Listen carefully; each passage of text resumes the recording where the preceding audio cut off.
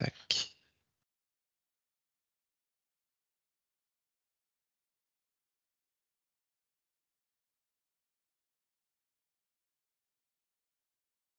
Voilà. Donc, je vérifie juste, est-ce que vous m'entendez bien? Oui, c'est bon. Par contre, là, mon écran, voilà. OK. Donc, l'idée du café relais d'aujourd'hui, c'est de rentrer un petit peu dans des sujets qu'on n'aborde pas forcément le reste du temps et d'aller voir les opportunités qui peuvent exister pour les acteurs du cluster 6 dans les autres clusters du pilier 2 d'Horizon Europe. Comme on sait, on a souvent le réflexe d'aller voir uniquement ce qui se passe dans notre cluster parce qu'on sait que c'est là qu'on va retrouver la plupart de nos sujets d'intérêt. Mais il y a une certaine transversalité qui existe de façon générale dans Horizon Europe, mais plus particulièrement dans le pilier 2. Et on va retrouver régulièrement des sujets qui se recoupent. Les sujets du cluster 6 étant particulièrement stratégiques et polyvalents, on va les retrouver parsemés un petit peu partout ailleurs. Donc parfois, ça peut être intéressant pour les acteurs du cluster 6 d'aller voir ce qui se passe ailleurs et de trouver potentiellement un rôle qui ne serait pas pris par les acteurs du cluster en question. Donc on va couvrir aujourd'hui les stratégies et les appels d'intérêt pour le cluster 6 en lien avec les thématiques de la santé, des sciences humaines et sociales, de la sécurité, du numérique et du climat, des aspects climat-énergie. Donc, je vais laisser ma collègue Laura présenter les notions en lien avec le cluster santé, qui est donc le premier cluster du pilier 2. Oui, bonjour. Alors, donc, du coup, donc, comme le disait Antoine, on essaye de faire un petit panorama de là où les thématiques du cluster 6 peuvent se retrouver dans les autres clusters du pilier 2. Et donc, on va prendre un peu cluster par cluster pour voir un petit peu s'il y a des choses qui peuvent nous intéresser. Et donc là, sur le cluster santé, donc évidemment, on va retrouver un certain nombre de sujets en lien avec la santé, avec les systèmes de santé nationaux aussi européens. Et là, vous avez sous les yeux l'organisation du programme de travail du cluster santé. Et il y a en particulier une destination qui nous intéresse qui s'appelle Living and Working in a Health Promoting Environment. Donc, vous voyez ici à l'écran. Et donc, c'est là qu'on va retrouver quelques appels qui peuvent nous intéresser. Alors, vous voyez, on a vraiment fait le tri, hein. On ne va pas vous présenter la totalité du programme, mais juste les appels que nous, on a identifiés qui pouvaient être intéressants pour vous. Alors, du coup, slide suivante. Si je peux prendre le contrôle, peut-être. Alors, donc là, vous voyez un peu les grands objectifs de cette destination sur le fait de vivre et de travailler dans un environnement qui soit positif pour la santé. Et donc là, la destination, elle vise voilà, à faciliter la compréhension des risques environnementaux, notamment sur notre santé, sur le bien-être, et notamment en termes d'impact sociétaux plus largement. On va retrouver pas mal de thématiques autour des produits chimiques, par exemple, de la dégradation de l'environnement, autour des impacts du changement climatique sur la santé, etc., et des différents types d'expositions qu'on peut avoir. Et en termes de contexte politique, hein, vous allez voir, c'est un peu similaire à ce qu'on peut retrouver sur le cluster 6, donc en particulier le lien avec le Green Deal qui est assez évident. Et donc, il y a un appel en particulier, donc slide suivante.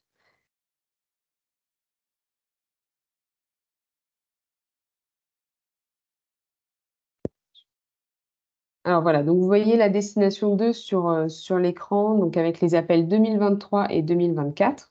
Donc évidemment, les appels 2023 viennent de se clôturer, donc je vous les ai laissés parce que je trouve que c'est quand même intéressant de voir quel type de sujet on peut voir apparaître, donc en termes de santé planétaire par exemple, ou de liens avec de recherche sur l'exposome. Je pense que c'est un des sujets aussi qui ont beaucoup émergé suite à la pandémie de Covid notamment. Et évidemment, du coup, ça donne lieu à un certain nombre d'opportunités de financement au niveau européen. Et donc là, sur 2024, il y a un appel en particulier qui se clôture en septembre prochain sur le rôle de la pollution environnementale dans les maladies non transmissibles, donc en particulier la pollution en matière d'air, de bruit, de lumière et de la pollution aux déchets notamment. Donc, je pense que c'est vraiment des choses sur lesquelles les acteurs qui sont familiers du cluster 6 peuvent se retrouver vraiment et peuvent apporter des solutions dans ce type d'appel. Voilà, donc vous voyez, on a vraiment fait le tri des appels les plus intéressants. Donc là, il y en a que un pour le cluster santé, mais je pense que c'est intéressant quand même de savoir qu'il y a cette destination-là qui existe et de pouvoir s'y référer heu, voilà, pour cet appel-là en particulier, mais aussi pour les prochaines années. Ce qu'on vous a pas présenté aussi, mais j'ai du mal à trouver du contenu qui soit à jour, c'est qu'il y a il y a un partenariat qui s'appelle, Une santé, One Health, dans lequel qui va notamment se concentrer sur, la résistance, antimicrobienne. Donc ça aussi, c'est des choses, je pense, qui sont intéressantes à regarder. Il me semble qu'il est pas encore lancé ou qu'il y avait une JPI qui est encore active. Donc ça aussi, c'est des sujets, c'est intéressant de les avoir en tête, en fonction des sujets sur lesquels on travaille. Voilà.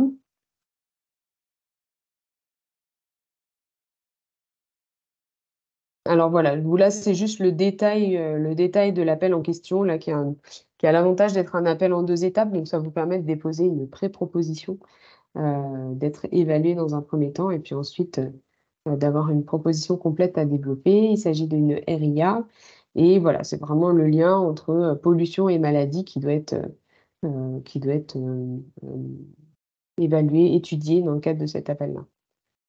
Voilà, je pense qu'on peut passer ici.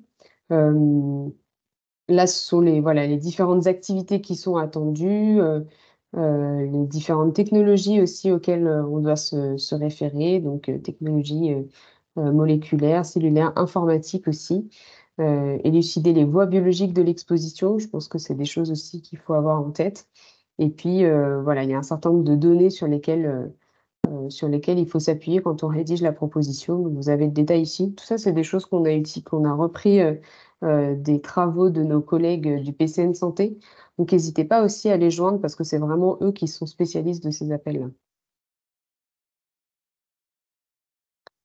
Et voilà, du coup, pour chaque thématique, on vous a remis un peu les contacts, des PCN concernés, parce que c'est important aussi, que vous puissiez bien, voir comment nous on est organisés et là où vous pouvez avoir des relais qui sont intéressants. Merci Laura.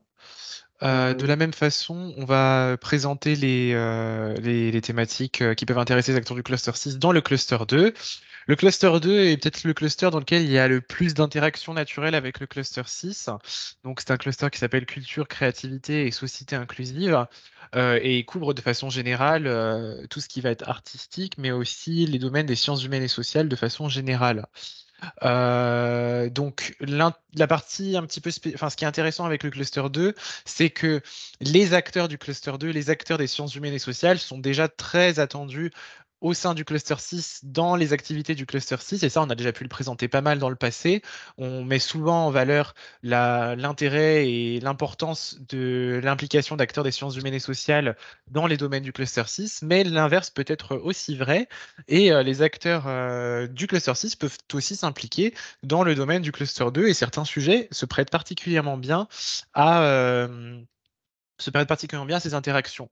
Pour rappel, le cluster 2 se focalise principalement sur les notions de voilà, culture, créativité et société inclusive, avec des sujets et des priorités en lien avec les questions de participation citoyenne, notion qu'on retrouve aussi pas mal dans le cluster 6, préservation et sauvegarde du patrimoine culturel européen, ce qui peut se compléter avec le cluster 6, puisque nous, on a beaucoup d'actions en lien avec la préservation du patrimoine naturel, le soutien des industries culturelles et créatives, qui peuvent aussi être utiles dans le cluster 6 pour faire notamment des actions de communication, et tout ce qui est en lien avec les transformations sociales, économiques, technologiques et culturelles, qui sont bien entendu, encore une fois, très importantes dans le cluster 6 également, et notamment dans les notions un petit peu de style communities, où on va retrouver des questions qui vont concerner principalement des populations.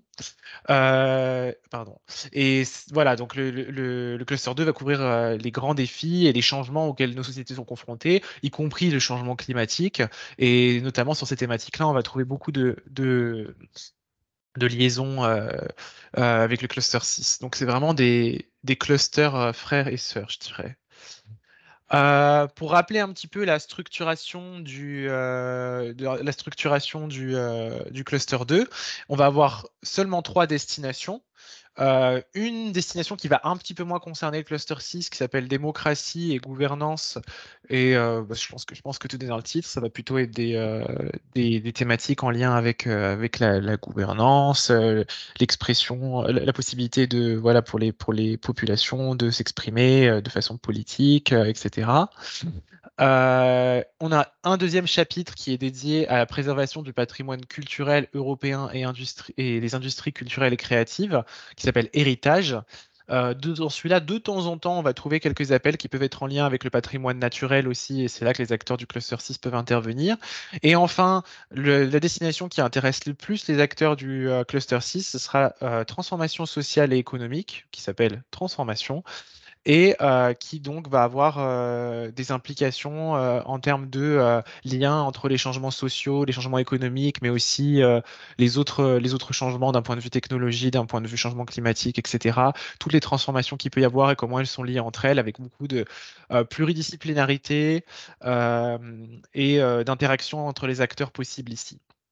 D'un point de vue de timing, le cluster 2 fonctionne relativement comme le cluster 6, c'est-à-dire qu'on va avoir des deadlines aux alentours du printemps ou de l'hiver.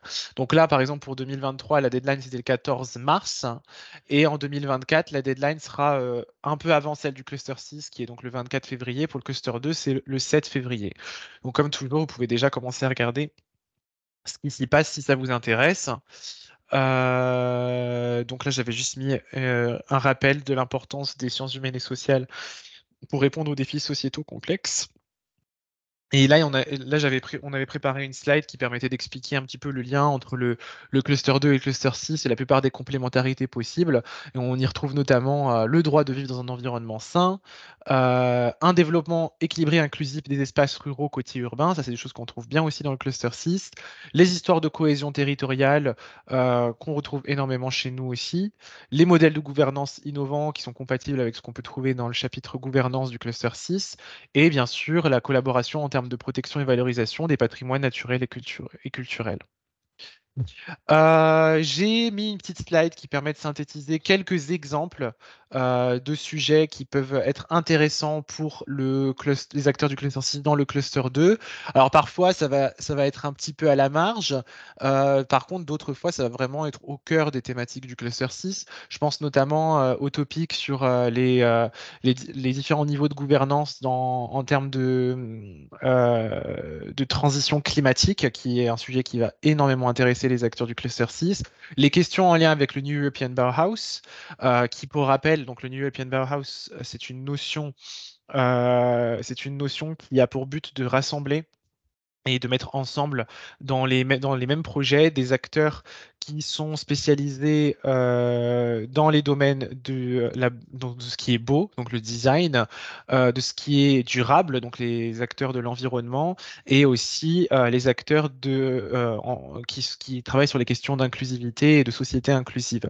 Donc, un projet qui répond à la notion de New European Bauhaus, c'est un projet qui définit des choses qui sont à la fois belles, durables et inclusives. Donc, on a des topics New European Bauhaus dans le cluster 6, on a aussi des topics New European Bauhaus dans le cluster 2, et bien entendu, dans les deux cas, on va avoir besoin des trois types d'acteurs. Donc, faut pas hésiter, il faut pas que les acteurs du cluster 6 qui ont une certaine pertinence en termes d'innovation, en lien avec les arts et avec la durabilité, participent à cet appel.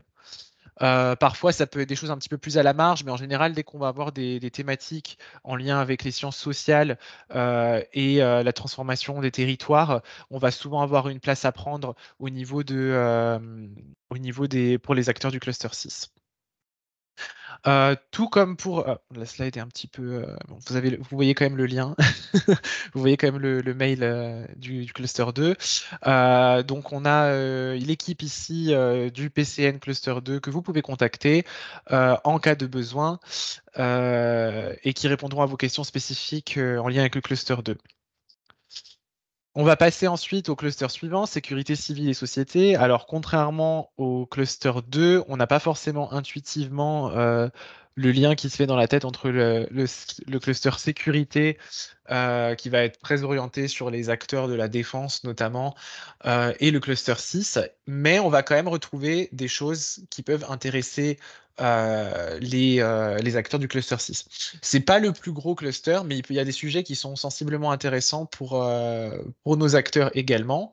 Donc pour rappel, c'est le cluster du pilier 2 qui va se concentrer principalement sur les questions de sécurité civile, de cybersécurité, de questions éthiques en lien avec ces aspects, une industrie de sécurité qui soit compétitive, mais aussi il y a des éléments en lien notamment avec les catastrophes technologiques et naturelles. Et ça, c'est notamment, ça fait partie des choses qui peuvent intéresser le cluster 6. On a 6 domaines d'intervention, donc 6 destinations dans le cluster 6. Je vais vous dire lesquelles peuvent intéresser les acteurs du cluster 6 de façon régulière. Donc on a une destination en lien avec la lutte contre le crime et le terrorisme qui ne nous concerne pas trop. Un chapitre sur la protection des frontières qui peut parfois contenir des éléments, notamment sur la fraude alimentaire, qui peuvent concerner les acteurs de la transformation ou de l'analyse, de la sécurité sanitaire, etc. Donc ça peut être intéressant à regarder pour les acteurs du cluster 6.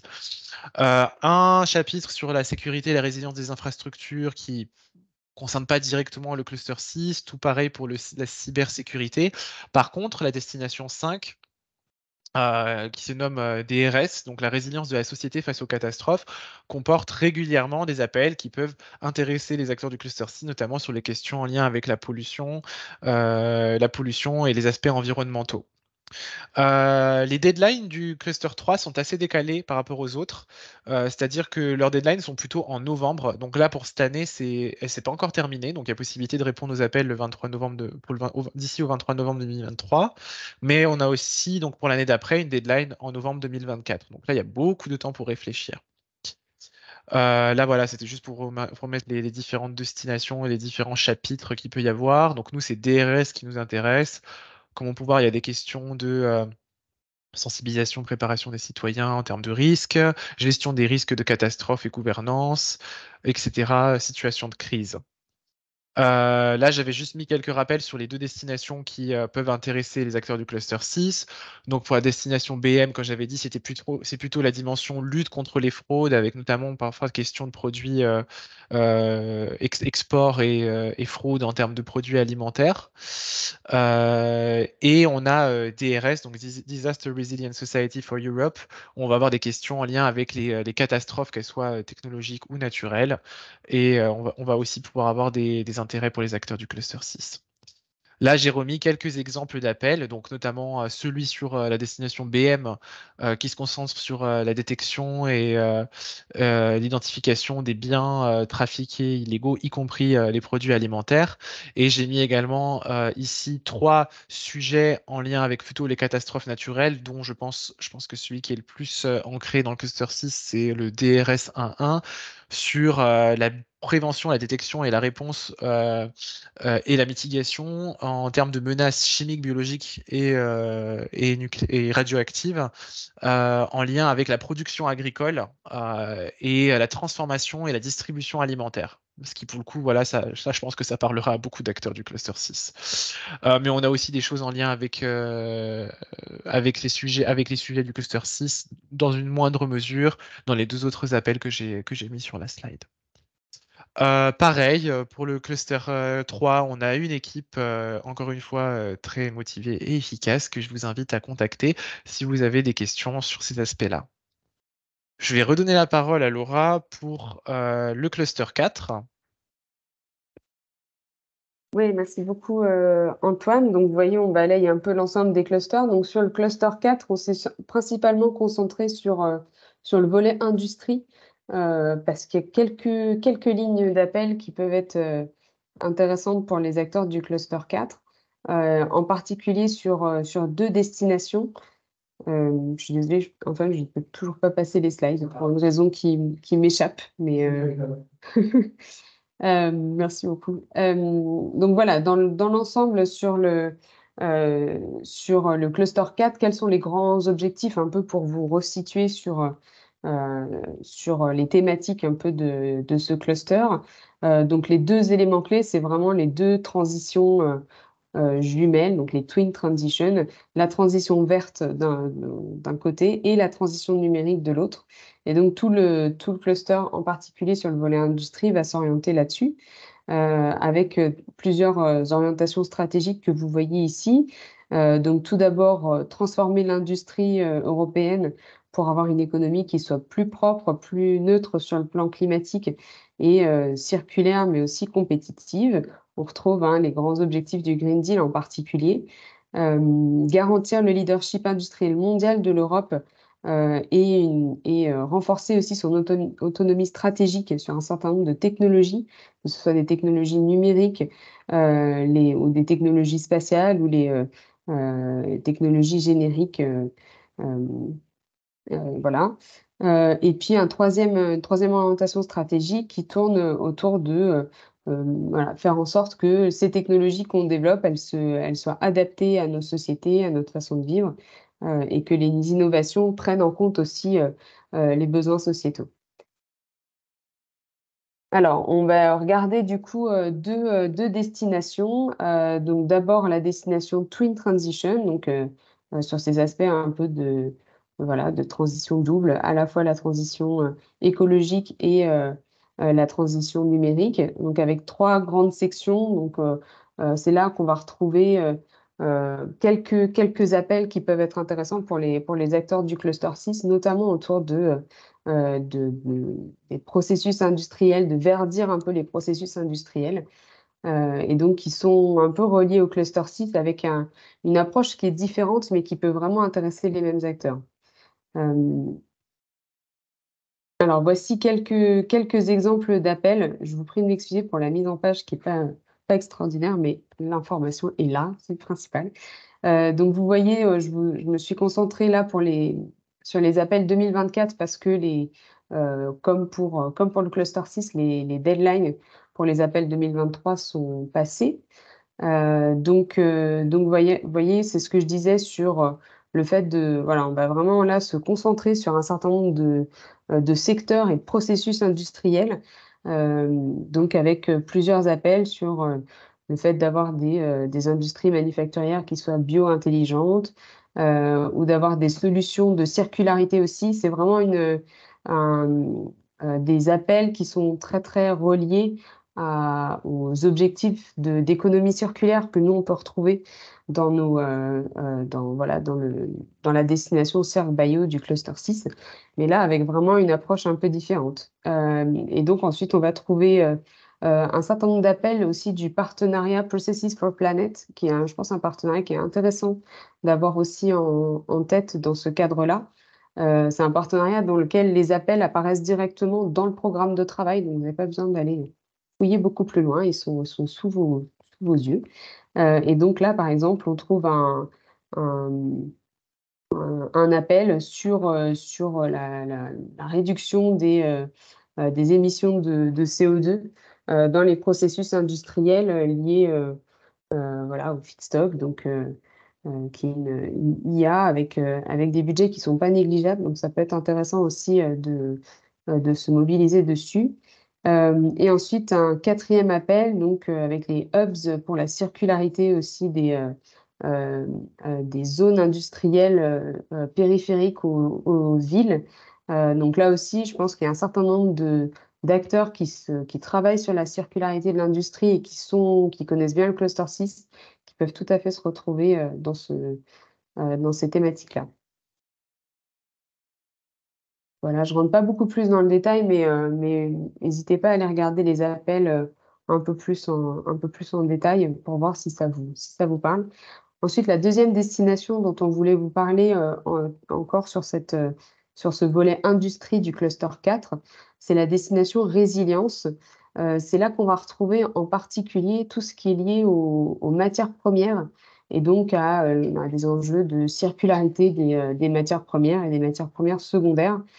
C'est vraiment la partie, pour ceux qui se souviennent d'H 2020, c'est vraiment la partie matière première qu'on pouvait retrouver dans le défi 5 d'H 2020. Je ne sais pas si vous vous souvenez, dans le défi environnement, il y avait climat et c'est vraiment pour les anciens de H 2020. Mais bon, voilà, c'est vraiment pour vous compreniez aussi qu'on est dans qu'on est dans cette dynamique-là aussi et que les thématiques ont été un peu redistribuées à la faveur d'Horizon Europe. Et c'est aussi le but de notre intervention aujourd'hui. Et donc là, on va retrouver plusieurs sections donc sur des marchés stratégiques, des marchés d'innovation stratégique sur les matériaux avancés. Tout ce que je disais sur voilà, l'autonomie de l'UE en matière de matières premières, des matériaux et des produits chimiques qui soient safe and sustainable by design, qui soient donc sûrs et durables dès leur conception. Donc ça, c'est vraiment une notion qu'on retrouve dans beaucoup d'appels du cluster 4, mais aussi dans certains appels du cluster 6. Donc normalement, vous êtes familier aussi de cette dénomination-là. Et puis, de manière générale, c'est vraiment d'améliorer la résistance, la résilience euh, des entreprises européennes. Voilà, alors quelques exemples d'appels là aussi, toujours sur 2024. Donc là, toutes les deadlines sont les mêmes hein, sur ce cluster-là. Donc c'est vraiment, tout est pour début février 2024. Donc vous avez vraiment le temps de vous y atteler, avec quelques appels qui sont en deux étapes. Donc vous avez une première proposition à déposer en février 2024. Et ensuite la proposition complète, si vous êtes retenu à l'issue de cette première étape, en septembre 2024. Donc, ça vous laisse le temps aussi. Et donc là, c'est ce que je disais, on retrouve un certain nombre de choses qui peuvent être vraiment intéressantes en matière de sciences des sols, sur l'exploration et l'identification de matières premières critiques dans les dépositions du sol. Pour le premier appel, qui est une RIA. Donc, je pense que là aussi, ça peut être intéressant pour certains partenaires, certains collègues qui relèvent plutôt des académiques. Je pense que c'est vraiment les appels qui peuvent être, bon, voilà, qui peuvent vous intéresser. Un second appel sur les alternatives en matière de design sûr et durable. Un autre appel sur le développement de polymères biodégradables en matière de packaging. Là aussi, c'est des choses qu'on retrouve vraiment dans le cluster 6, avec vraiment une orientation qui est un peu différente, mais pour lesquelles les mêmes acteurs peuvent se mobiliser. Ensuite, l'avant-dernier appel sur les biomatériaux avancés pour la santé.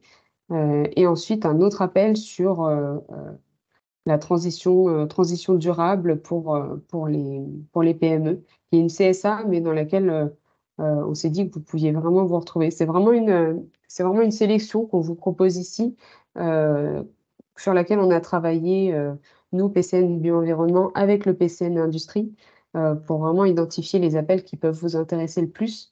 Euh, voilà, dans cette partie un peu sur les matières premières. Euh, et voilà, comme pour les autres, c'est pas énormément d'appels, hein, c'est sans doute pas le cluster sur lequel on a le plus d'affinité, mais c'est vrai que sur ces volets industrie et sur le volet des enjeux de circularité de l'industrie, c'est vraiment quelque chose qu'on retrouve à la fois dans le cluster 4 et dans le cluster 6. Donc là, vous avez, comme pour les autres clusters, toute l'équipe du PCN Industrie avec les moyens de les contacter. Donc, n'hésitez pas à le faire si vous avez vu un appel qui vous parle d'une façon ou d'une autre. Elles pourront vraiment vous renseigner. Et on finit du coup par le cluster 5, donc qui est le cluster climat, énergie, mobilité, avec lequel on a pas mal d'affinités. Alors, je ne sais pas si vous aviez pu vous connecter, mais notre dernier café relais, on l'avait fait sur la thématique du climat au réseau Europe. On avait vraiment fait une présentation croisée entre le cluster 5 et le cluster 6 pour voir où est-ce qu'on pouvait retrouver des enjeux autour du climat, en sens très très large évidemment, puisque le cluster 5 il va plus s'attacher aux enjeux des sciences du climat, des enjeux de modélisation notamment, là où le cluster 6 ça va être vraiment plus des choses autour de la mitigation, de l'atténuation, de la compréhension des impacts du changement climatique sur un certain nombre de milieux, que ce soit la biodiversité, que ce soit les communautés ou les villes, etc. On va rentrer un petit peu dans le détail, donc ça reprend un petit peu ce qu'on a dit lors de ce précédent café relais qui était il y a 2 semaines à peu près. Donc là, vous voyez à peu près la répartition des différentes thématiques qu'on retrouve dans le cluster 5. Euh, donc voilà, vous avez une première destination, c'est sur celle-là d'ailleurs que je vais me concentrer principalement, qui s'appelle Climate Sciences. Mais évidemment, vous avez d'autres destinations sur les batteries, puisque c'est un cluster qui est climat-énergie, donc vous avez un gros volet sur l'énergie qui est intéressant aussi, sur les énergies renouvelables, les systèmes énergétiques durables, etc. Sur le captage et le stockage du carbone aussi, peut-être des choses aussi qui peuvent vous intéresser d'ailleurs. Et puis après, il y a tout un volet sur la mobilité, sur les différents modes de transport, sur lequel je ne reviendrai pas en détail parce qu'on s'est dit que c'était peut-être un petit peu moins pertinent. Donc, je vais surtout me concentrer sur la destination 1 parce qu'il y a vraiment des choses qui sont à l'interface entre le cluster 5 et le cluster 6.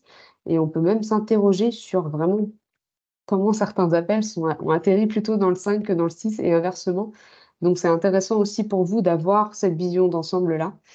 Donc, on va regarder un peu dans le détail les différents objectifs qui sont présents dans cette destination 1. Donc voilà, l'objectif, c'est vraiment sciences du climat, réponse pour la transformation vers la neutralité climatique.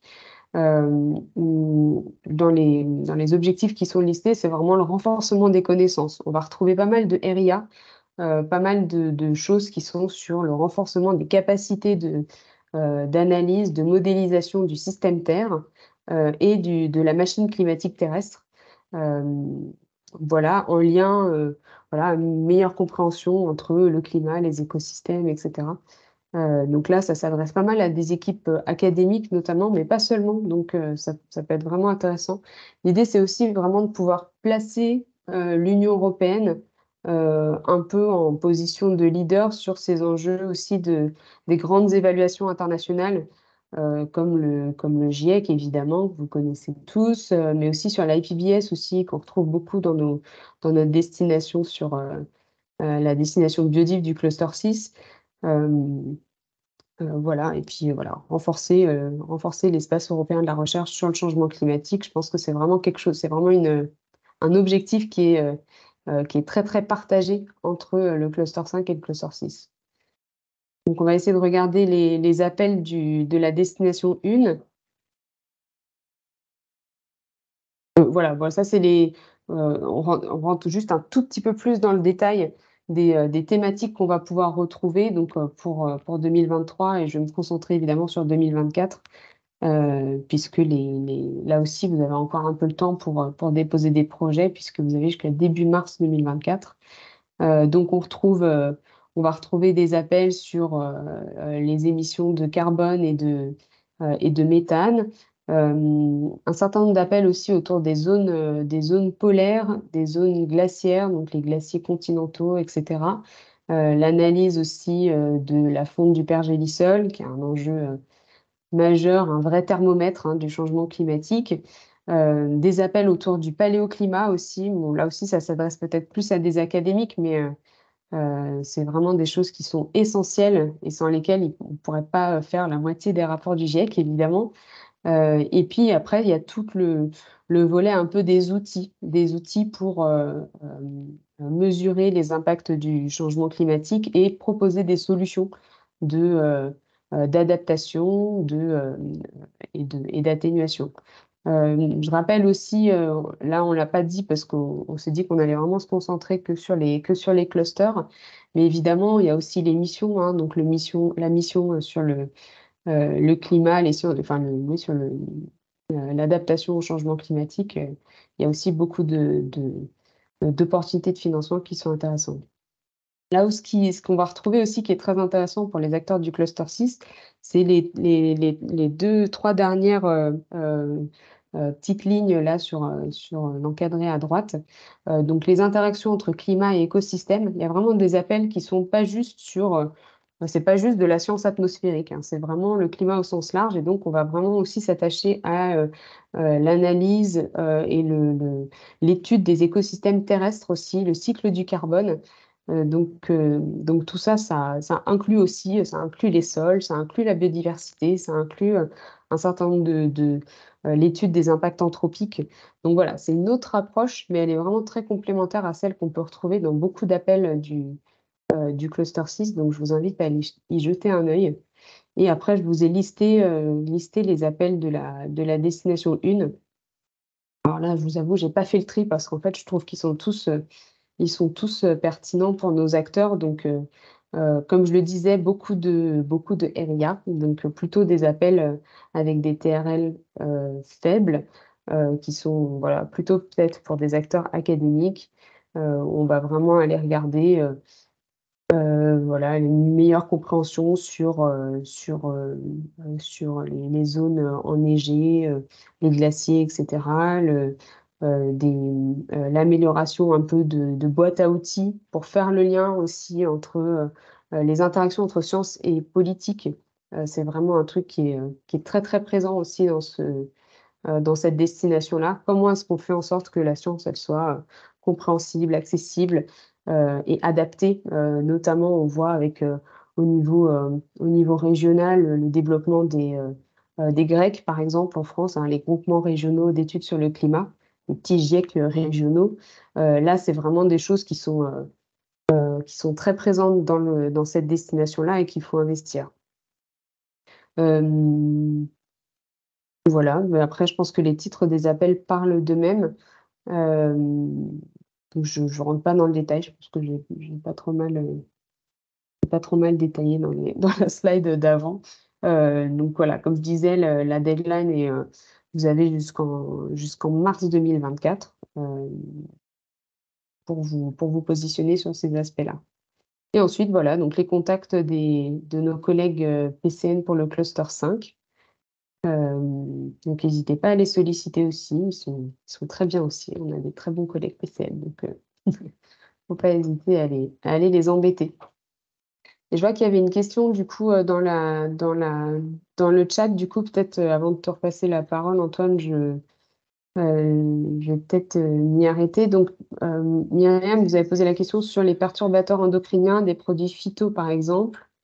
Je suppose que c'est sur l'appel santé.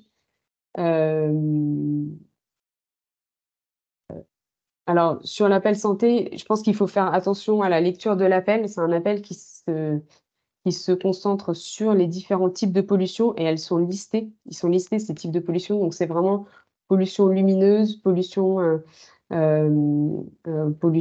atmosphérique, pollution du bruit et pollution des déchets. Donc, il faut vraiment rentrer bien dans le détail pour être sûr qu'on n'est pas hors scope. Donc, sur les produits phyto, je suis peut-être qu'en matière de pollution atmosphérique, ça peut jouer, mais voilà, il n'y a pas la pollution de l'eau, par exemple. La pollution de l'eau, c'est vraiment quelque chose qu'on va retrouver dans le cluster 6. Donc, il faut vraiment faire attention à bien lire l'appel pour être sûr que vous êtes bien dans le cadre. Voilà. Je ne sais pas si ça répond à votre question, mais en tout cas, c'est comme ça que je l'ai compris. Voilà. En tout cas, sur la partie présentation, on en a terminé sur le listing. Dans tous les cas, vous allez recevoir l'enregistrement ainsi que les slides. Après, je ne sais pas, profitez-en pour si vous avez des questions, que ce soit en lien avec ça ou tant qu'on est là sur autre chose en lien avec le cluster 6, n'hésitez pas à nous demander. Là, voilà, c'est l'occasion parfaite de poser des questions sur les synergies avec l'autre cluster notamment. Mais voilà, le sujet est libre. Et comme on n'est pas nombreux, vous pouvez aussi intervenir, de vive voix, ça nous fera plaisir de vous voir.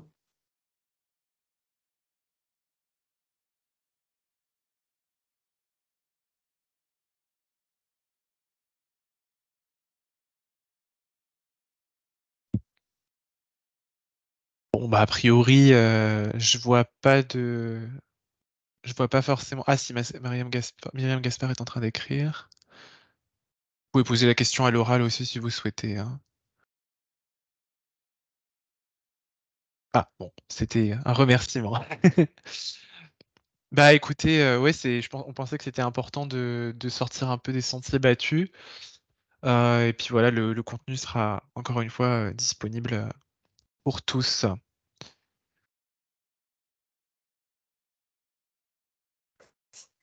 Est-ce que vous aviez tous, conscience un peu de ces appels-là? Vous aviez une vue d'ensemble ou vous étiez tous, concentrés uniquement sur le cluster 6 ou comment est-ce que vous voyez les je pense que même nous en tant que PCN, on s'était dit que c'était un travail, important à faire, mais on n'avait pas forcément, initié ce travail de vue d'ensemble et je trouve que c'est un exercice intéressant parce qu'en fait on a tendance à penser qu'il y a des cases, et qu'elles sont très claires, mais en fait, elles sont un peu plus poreuses que ce qu'on pense et donc on peut vraiment se retrouver dans pas mal de choses. Et pour répondre à Stéphanie, oui, bien entendu, bien au contraire, quand on fournit des choses au relais, c'est principalement pour que vous puissiez ensuite les diffuser auprès de vos réseaux, hein. C'est le principe même des relais et on vous encourage en fait, hein, à repartager ce qu'on vous transmet. Nous, l'idée, c'est que voilà, c'est que cette information, elle passe le plus loin possible. Et je vois que Myriam Gaspard a dit qu'elle avait déjà fait le travail sur les clusters 5 et 3. Bah sur 5, c'est assez logique. Je pense que, à la limite, nos acteurs viennent un peu plus fouiller par là-bas. 3, c'est un peu plus rare, donc c'est bien que vous ayez eu de réflexe.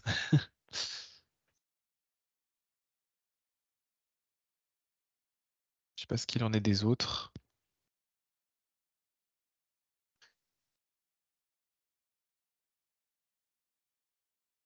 Ok.